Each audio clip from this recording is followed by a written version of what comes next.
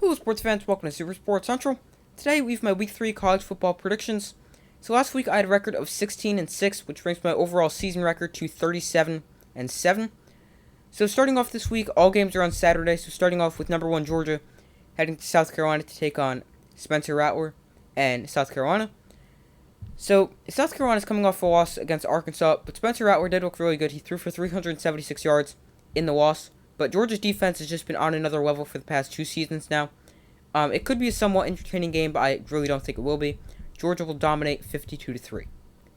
Next up, we have UConn visiting Michigan.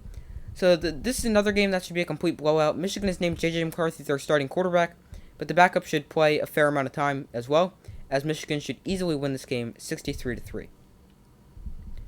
Moving on to Nebraska hosting Oklahoma. So Nebraska fired Scott Frost after a disappointing loss to Georgia Southern. So Mickey Joseph will take over as the interim head coach, but I really don't think that's going to make this game any different, aside from the fact that it's going to be a one-score game, not a one-score game, like it would have been under Scott Frost. But I have Oklahoma getting the win by 18 points, 38-20. Next, we have Youngstown State visiting Kentucky. So this is another game that should be a complete blowout, but Kentucky needs to be able to run the ball. They had success running the ball in the second half against Florida, which is why they had success in the second half. But this is an FCS versus FBS game. Kentucky should dominate and easily win 45-3. Next, we have Texas State visiting Baylor. So Baylor is looking to bounce back from a double overtime loss against BYU, and Baylor is facing the best opponent to bounce back. They have Texas State, and it's Texas State. They're an FCS opponent, and Baylor should easily beat Texas State. I have them winning 56-7. Next, we have Oregon hosting BYU. So this is one of the tougher games this week. BYU is coming off a double overtime win over Baylor, and Oregon just destroyed Eastern Washington. But in Week 1, they looked brutal against Georgia. But I think Oregon is better than how they played in Week 1. I could see this going either way. BYU's top 2 wide receivers are questionable, but they beat Baylor without their top 2 receivers, so I think they should also be able to beat Oregon without their top 2 receivers. So BYU wins this one 31-23. Next up, we have Ole Miss at Georgia Tech. So I don't know who's going to be the starting quarterback for Ole Miss, whether it's going to be Luke Altmaier or Jackson Dart. But whoever starts, I think will get the job done for Ole Miss, as Ole Miss will easily defeat Georgia Tech, winning by a score of 38-10. Next, we have Penn State visiting Auburn. So this is a very tough game to predict, as I think it'll be close, but I really don't think it'll be that good of a game, aside from the fact that it'll be close.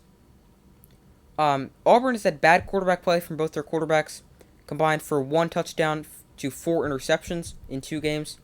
Penn State quarterback Sean Clifford will be the reason Penn State wins, and he will have to outdo TJ Finley, which I think he will do. So Penn State will get the win at 27-23. I could see it going either way, but I really don't think it's going to be that. It's going to be close, but I don't really think it's going to be like people go back and say, "Wow, that was a great game." I just don't really think it'll be that entertaining. Next, we have UL Monroe at Alabama. So Alabama's not lost a non-conference regular season game since they lost to UL Monroe in 2014. But Alabama has been great after close games or losses, and they're coming off a close game against Texas.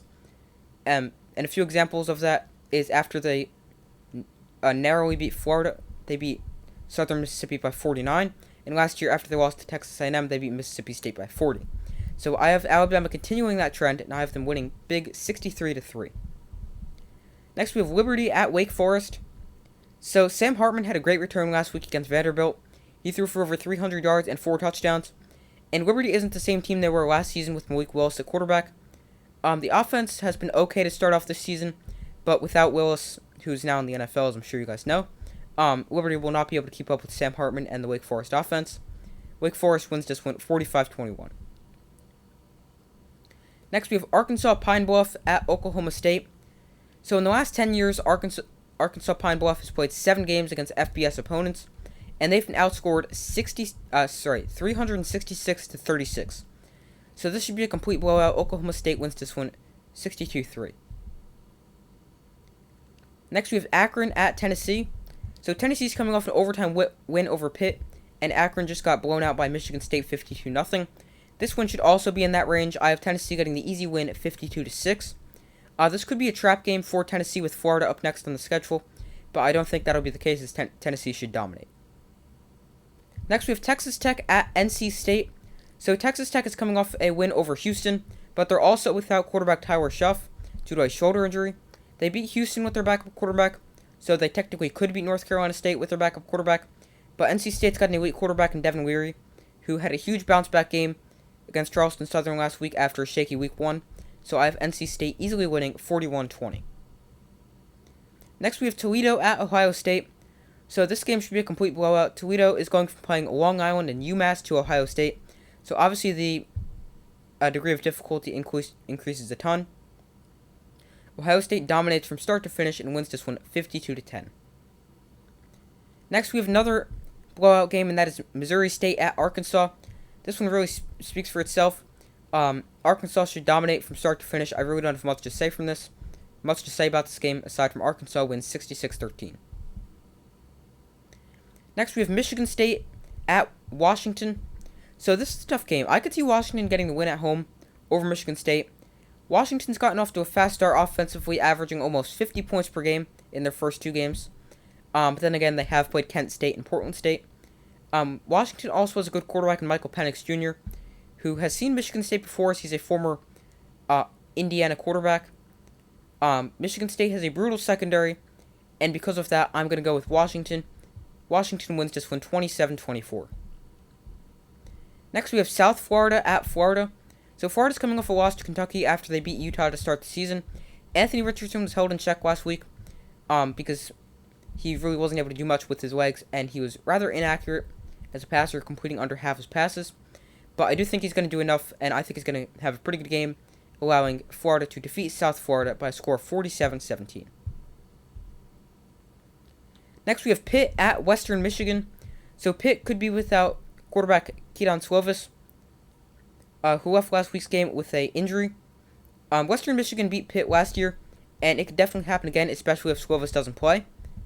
But I have Pitt getting the 35-29 win, and that is with or without Slovis. Next, we have Louisiana Tech visiting Clemson. So Clemson should easily beat Louisiana Tech after they gave up almost 50 points and 500 yards to Missouri in the season opener, and Missouri's not even that good this year. So Clemson should definitely dominate this game 52-3. Next, we have UTSA at Texas. So Texas will be without starting quarterback Quinn Ewers for this game, but backup Hudson Card was really good in relief of Ewers last week against Alabama. And he's going up against a UTSA defense that allowed 304 passing yards to Army, and Army's usually a triple option team, as I'm sure you guys know. But UTSA also has a good quarterback in Frank Harris, but if Texas was almost able to shut down Bryce Young last week, then they should easily be able to stop Harris. I have Texas winning this one 44-27. Next, we have Miami visiting Texas A&M. So this is a really tough game. Texas A&M was upset by Appalachian State last week, where they looked terrible. Texas A&M also announced LSU transfer Max Johnson was their starting quarterback for this game, over Haynes King, who was really not that good in the offense for the first 2 weeks. So maybe with Johnson at quarterback, Texas A&M gets a spark, but their offense has not been good. They got off to a very slow start against Sam Houston, and they only scored 14 points last week, and Appalachian State gave up 63 points to North Carolina, and Texas A&M was only able to score 14. But I'm going to go with Miami in this game just because I simply just don't trust the Texas A&M offense. Miami will get the win here, 27-17. Next, we have San Diego State at Utah. So last season, San Diego State got the win in 3 overtimes, but Utah's gotten a lot better.